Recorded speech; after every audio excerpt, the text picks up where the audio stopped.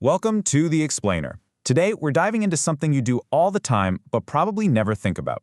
It all starts with a single click in your calendar. Yeah, think about it. We do this constantly, right? You pick a time, you add a guest, you hit send, and then what? What actually happens? Where does that invite go?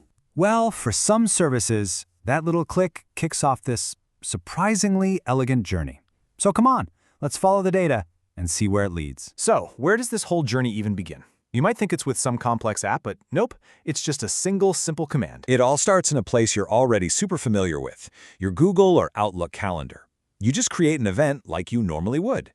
But here's the trick, the secret sauce, if you will. You add one special guest to that invite list, create@calinac.com. Think of this email address as like a magic keyword. It basically tells the system, hey, pay attention to this event. And the second you hit send, boom, the data's off.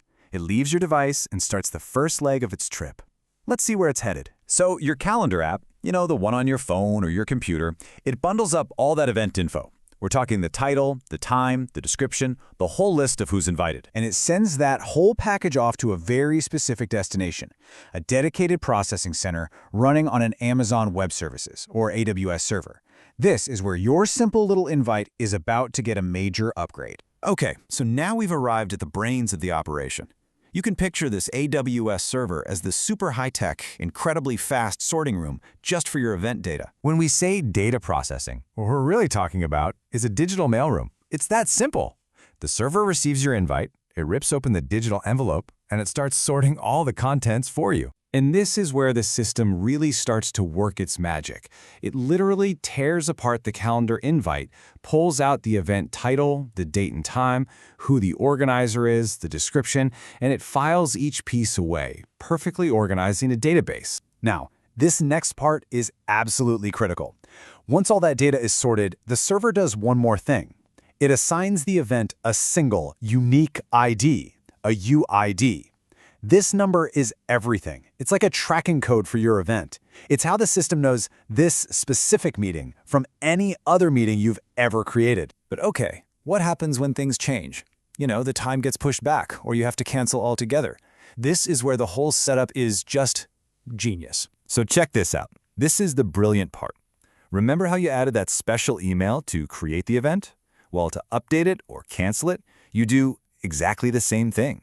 You don't have to learn a new process at all. You just go into your calendar, edit the event like you always would, and as long as that special email is still invited, the server sees that unique ID, it recognizes the event, and it just automatically processes the change. No extra buttons, no new websites. It's totally seamless. All right, so we've followed the data from your calendar all the way to the server. We've seen how it handles changes, but why? What's the point of all this behind-the-scenes work?